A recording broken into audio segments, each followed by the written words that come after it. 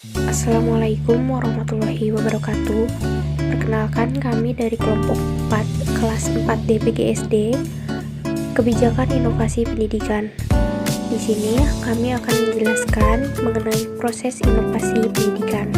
Sebelum memulai ke pematerian, di sini saya akan memperkenalkan anggota dari kelompok 4. Yang pertama ada Alia Putri Riyadi dengan nomor absen 19, NIM 2004234. Lalu ada Dina Nur Karohmah dengan nomor absen 25 dengan NIM 2004441. Lalu ada Ginasti Aprilia dengan nomor absen 28 NIM 2006507. Lalu ada Siti Nurrohmah dengan nomor absen 42 NIM 2008816.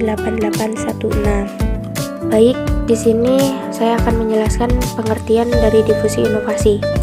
Difusi adalah penyebarluasan sebuah ide inovasi yang menggunakan komunikasi dengan anggota sosial dengan jangka waktu yang ditentukan. Menurut Edward M. Roger tahun 1983, difusi adalah suatu proses komunikasi inovasi antar anggota sosial dengan jangka waktu yang ditentukan. Sedangkan difusi inovasi adalah penyebarluasan sebuah ide inovasi dengan melewati komunikasi dengan saluran tertentu dengan jangka waktu yang ditentukan antar anggota sistem sosial. Roger membagi sistem difusi terpusat dan sistem difusi terdesentralisasi. Misalnya, sistem difusi terpusat memutuskan kapan harus memulai, sedangkan dalam sistem difusi desentralisasi, pelanggan membuat keputusan bekerja sama dengan beberapa orang yang telah menerima perubahan. Elemen difusi inovasi. Terdapat 4 elemen difusi inovasi yang dikemukakan oleh Rogers, yaitu 1. Inovasi, yang kedua komunikasi dengan saluran tertentu, yang ketiga waktu, dan yang keempat warga masyarakat. Baik, kita bahas satu persatu. Yang pertama yaitu inovasi. Inovasi ini merupakan sebuah ide sebagai sesuatu yang disebut baru bagi seorang ataupun sebuah kelompok, baik berupa inovasi untuk mencapai tujuan tertentu. Inovasi merupakan sebuah pembaharuan mengenai sesuatu yang baru yang diperkenalkan kepada masyarakat atau individu atau kelompok dengan di dalamnya mengandung sesuatu yang baru. Yang kedua, komunikasi dengan saluran tertentu. Komunikasi difusi merupakan alat pencairan antara anggota sosial menjadikan sebuah komunikasi. Difusi merupakan tipe komunikasi dengan hal baru untuk target informasi. Saluran komunikasi adalah alat yang digunakan dalam memberikan informasi dari satu orang ke orang lain. Yang ketiga, waktu.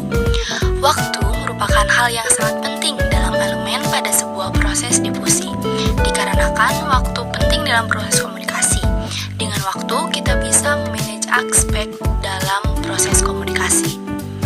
Dan yang terakhir adalah warga masyarakat. Di sini warga masyarakat merupakan suatu interaksi antar individu yang saling mengatasi sebuah persoalan dengan pencapaian tertentu, baik itu anggota sistem sosial ataupun yang lainnya. Baik, selanjutnya kita akan membahas diseminasi. Nah, apa sih diseminasi itu? Diseminasi adalah proses yang direncanakan, diarahkan, dan dikelola untuk menyebarluaskan sebuah perubahan. Jika secara spontan tadi merupakan proses terjadinya difusi, maka diseminasi terjadi karena adanya planning. Sebagai contoh, saat mensosialisasikan perubahan dalam sebuah proses belajar mengajar menggunakan strategi kompetensi. Sesudah dilakukannya eksperimen, ternyata proses belajar mengajar dapat berjalan efisien dengan pendekatan keterampilan dan peserta didik belajarnya secara bersungguh-sungguh. Oleh karena itu, akibatnya eksperimen harus disebarluaskan. Menyebarluaskan metode baru dengan menggunakan beberapa guru. Diharapkan juga terjadi penyebaran setiap guru di masing-masing sekolah. Maka nantinya perbedaan pendapat setiap guru mengenai perubahan akan muncul dari adanya pertukaran informasi tersebut. Baik, selanjutnya adalah proses keputusan inovasi. Yang pertama, tentang pengertian proses keputusan inovasi itu sendiri.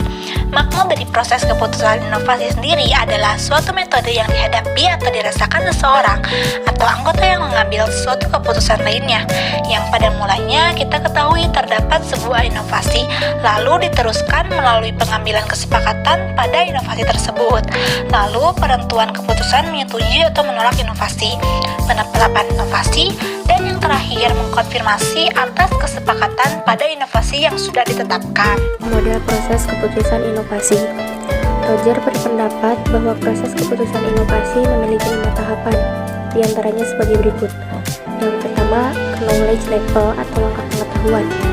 Metode keputusan inovasi sendiri diawali dengan melalui langkah pengetahuan. Langkah ini merupakan langkah di mana seorang individu memiliki rasa keingintahuan dan juga mengetahui adanya kehadiran sebuah inovasi mengenai seperti apa fungsi dan peran inovasi. Maka keaktifan dalam memenuhi kebutuhan akan keingintahuan mengenai inovasi tidak hanya merasakannya pada tingkat pengetahuan saja, namun juga pada tingkat lainnya setelah seseorang itu menyadari. Yang kedua ada persuasion level atau langkah bujukan.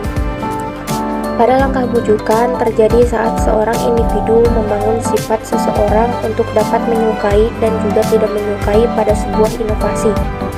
Pada tahapan ini juga memiliki peran utama, yaitu pada bidang perasaan atau efektif. Selain itu, keaktifan mental juga memegang lebih banyak peran.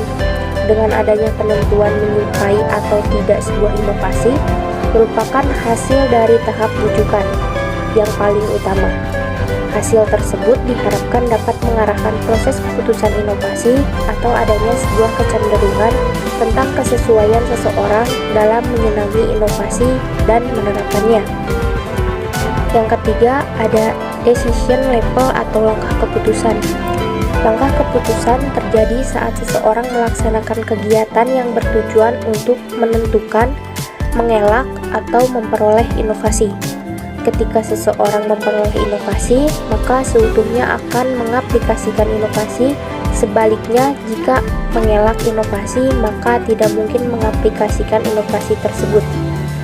Pada kenyataannya, sering terjadi penolakan pada tiap-tiap tingkat pada proses keputusan inovasi. Terdapat 2 macam penolakan inovasi, diantaranya penolakan aktif, di mana penentangan inovasi terjadi ketika setelah metode pertimbangan antara memperoleh atau mengelak inovasi, bahkan dapat juga setelah mencoba terlebih dahulu inovasi tersebut, lalu keputusan akhirnya adalah mengelak inovasi. Lalu ada penolakan pasif, penentangan yang tidak sama sekali mempertimbangkan. Yang keempat ada implementation level atau langkah implementasi. Langkah ini terjadi saat seseorang individu mengaplikasikan inovasi. Langkah ini terjadi dalam periode yang belum dapat ditetapkan, tergantung pada keadaan inovasi itu sendiri. Yang kelima ada confirmation level atau langkah konfirmasi. Langkah konfirmasi terjadi ketika individu menelusuri validasi pada kesepakatan, dan ia dapat menarik kembali kesepakatan sekiranya kedapatan data yang bertentangan dengan data awal. Langkah konfirmasi terjadi secara berkepanjangan yang dimulai saat memperoleh atau mengelak inovasi yang saat ini digunakan pada waktu yang tidak ditentukan. Yang selanjutnya adalah jenis keputusan inovasi. Keputusan inovasi diperoleh ataupun ditampik oleh berbagai individu yang merupakan seluruh kelompok sosial atau beberapa elemen kelompok sosial saja yang bertujuan untuk dapat memperoleh inovasi dari suatu keputusan yang diambil secara bersama-sama atau dari suatu kekuasaan yang sifatnya memaksa. Berdasarkan dari realita yang terjadi sehingga terdapat berbagai perbedaan dari jenis keputusan inovasi. Di antaranya seperti keputusan inovasi opsional, yaitu penentuan dalam memperoleh atau mengelak suatu inovasi melalui kesepakatan secara mandiri yang diperoleh menurut individu yang terpengaruh oleh elemen kelompok sosial lainnya. Secara singkat, bahwa keputusan inovasi opsional yaitu di mana seseorang yang bertujuan untuk menentukan keputusan suatu inovasi.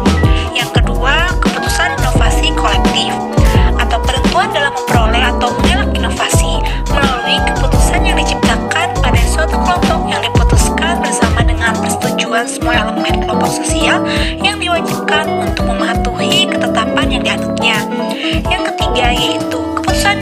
otoritas. Penentuan dalam memperoleh atau menolak inovasi melalui kesepakatan yang telah disepakati oleh kumpulan masyarakat atau beberapa individu yang mempunyai kewenangan serta keahlian yang lebih tinggi dibandingkan dengan individu lain pada suatu kelompok sosial. Nah, dari ketiga jenis keputusan inovasi ini yang termasuk sebagai kontinu atau rentangan berdasarkan keputusan opsional, selanjutnya adalah keputusan kolektif dan akhirnya dilanjutkan dengan keputusan otoritas. Pada umumnya, keputusan kolektif serta otoritas dipergunakan pada organisasi formal, misalnya sekolah, perusahaan, universitas, dan masih banyak lagi. Beda halnya dengan keputusan opsional. Sering dipergunakan sebagai penyaluran inovasi pada konsumen yang sasarannya yaitu masyarakat individu yang tidak terikat pada kelompok tertentu. Yang terakhir adalah keputusan inovasi kontingensi atau kontingen, merupakan penentuan dalam memperoleh atau mengelak inovasi melalui kesepakatan inovasi yang dapat dilakukan selepas keputusan inovasi terdahulu. Nah, karakteristik dari keputusan inovasi ini bergilir untuk mengatur sebuah pembaruan inovasi. Baik, sekian penjelasan dari saya. Terima kasih. Nah, baik, yang selanjutnya yaitu mengenai model proses inovasi pendidikan. Nah, oke, bisa dilihatnya di sini pengertian proses inovasi pendidikan. Nah, proses inovasi pendidikan adalah serangkaian aktivitas yang dilakukan oleh individu atau organisasi, mulai sadar tahu adanya inovasi sampai menerapkan atau mengimplementasikan inovasi pendidikan tersebut. Nah, kata proses di sini tuh mengandung arti bahwa aktivitas itu dilakukan dengan memakan waktu dan setiap saat tertentu terjadi perubahan. Nah, berapa sih waktu yang dihabiskan? Nah, waktu yang dihabiskan selama proses inovasi pendidikan itu berbeda-beda. Gimana proses atau gimana kepekaan organisasi atau orang tersebut terhadap inovasi tersebut. Nah, demikian pula selama proses inovasi itu berlangsung akan selalu terjadi perubahan yang berkesinambungan sampai proses itu dinyatakan berakhir atau sampai tujuannya telah tercapai. Kemudian bisa dilihat lagi di sini ada model proses inovasi yang berorientasi pada individual. Nah, model proses inovasi yang berorientasi pada individual ini ada dua ya. Nah, kita bahas dulu yang pertama. Yang pertama yaitu dikemukakan oleh Rogers pada tahun 1962. Nah, model ini tuh terbagi menjadi 5 tahap, yaitu ada menyadari. Nah, menyadari di sini bermaksud bahwa seorang individu sadar bahwa dirinya membutuhkan sebuah inovasi dan menyadari akan apa itu inovasi. Yang kedua ada menaruh perhatian. Nah, menaruh perhatian di sini tuh setelah menyadari butuh tidaknya inovasi dan apa itu inovasi tersebut, kemudian individual dapat menaruh perhatian terhadap inovasi yang akan dipakai gitu. Nah, kemudian yang ketiga yaitu mencoba inovasi tersebut. Kemudian nantinya bisa dilihat gitu apakah inovasi tersebut tuh bagus atau enggak gitu. Kemudian yang keempat ada menerima. Nah, jika inovasinya bagus, tentunya inovasi tersebut akan diterima gitu. Terus yang terakhir yaitu ada menilai. Nah, setelah inovasi itu diterima dan diterapkan pada inovasi pendidikan tersebut, maka dinilai gitu seberapa berguna dan seberapa bagusnya inovasi tersebut dan seberapa berpengaruhnya. Kemudian model yang kedua ada menurut Rogers dan Shoemakers. Nah, ini tuh dikemukakan pada tahun 1971. Yang pertama ada tahap pengetahuan ya. Nah, tahap pengetahuan di sini jadi tiap individu tuh wajib harus mencari tahu dulu mengenai inovasi apa yang akan digunakan, inovasi apa yang akan diterapkan. Jadi harus dicari tahu sebanyak-banyaknya dulu inovasi apa yang akan dipakai gitu. Nah, kemudian setelah itu ada persuasi ya atau sikap. Jadi sikap apa yang akan kita berikan terhadap inovasi tersebut gitu. Kemudian ada keputusan. Nah, keputusan di sini tuh ada dua, apakah diterima atau ditolak inovasi tersebut. Jadi setelah kita mencari tahu mengenai kurang lebihnya inovasi tersebut dan bermanfaat atau tidaknya inovasi tersebut, kita putuskan gitu bahwa inovasi tersebut tuh bakal diterima atau ditolak. Nah, setelah itu maka ada tahap konfirmasi bahwa akan diterima atau tidaknya inovasi tersebut. Nah, baik, yang kedua kedua ada model inovasi yang berorientasi pada organisasi. Nah, yang tadi kan berorientasi pada individual, yang ini pada organisasi. Nah, dikemukakan juga oleh Rogers, tapi yang di sini dikemukakan pada tahun 1983. Nah, yang pertama ada tahap inisiasi ya, tahap ini tuh sama kayak tahap yang pertama tadi. Jadi kegiatannya tuh mengumpulkan informasi mengenai inovasi tersebut, konseptualisasi dan perencanaan untuk menerima informasi. Semuanya diarahkan untuk membuat keputusan menerima informasi. Nah, pada tahap ini tuh terjadi juga agenda setting gitu. Agenda setting di sini tuh semua permasalahan umum organisasi dirumuskan guna menentukan kebutuhan inovasi dan diadakan studi lingkungan untuk menentukan nilai potensial inovasi tersebut bagi organisasi tersebut. Nah, kemudian ada penyesuaian atau matching ya. Nah, diadakan penyesuaian antara organisasi dengan inovasi yang akan digunakan, kemudian direncanakan dan dibuat desain penerapan inovasi tersebut gitu. Nah, kemudian dilakukan keputusan untuk menerima inovasi. Nah, setelah diterima inovasi tersebut, maka akan dilakukan tahap yang kedua, yaitu implementasi. Nah, pada implementasi ini yaitu ada tahap redefinisi atau restrukturisasi. Nah, tahap di sini tuh jadi inovasi tersebut disesuaikan sesuai situasi dan masalah organisasi, dan struktur organisasi disesuaikan dengan inovasi yang telah dimodifikasi agar dapat menunjang inovasi. Jadi antara inovasi dan organisasi tersebut disesuaikan gitu. Nah, yang keempat ada klarifikasi. Jadi hubungan antara inovasi dan organisasi dirumuskan dengan sejelas-jelasnya sehingga inovasi benar-benar dapat diterapkan sesuai yang diharapkan. Dan yang terakhir itu ada rutinitas. Nah, rutinitas di sini tuh inovasi jadi dijadikan sebagai bagian dari kegiatan rutin organisasi tersebut. Nah, seperti itu. Kemudian ada juga menurut di sini ada juga menurut Shepard, dikemukakan pada tahun 1967. Nah, Shepard ini hanya mengemukakan tiga tahapan. Yang pertama ada penemuan ide gitu. Jadi ditemukan ide-ide yang akan dilakukan pada inovasi gitu, terhadap suatu inovasi. Jadi kita akan mencari atau menemukan ide-ide tersebut dulu. Nah, setelah itu kita akan adopsi di sini. Jadi pengadopsian inovasi tersebut. Setelah ditemukan idenya, maka diadopsi gitu inovasi tersebut. Nah, setelah diadopsi maka akan diimplementasi. Jadi diimplementasi atau diterapkan terhadap suatu pendidikan atau suatu hal tertentu gitu.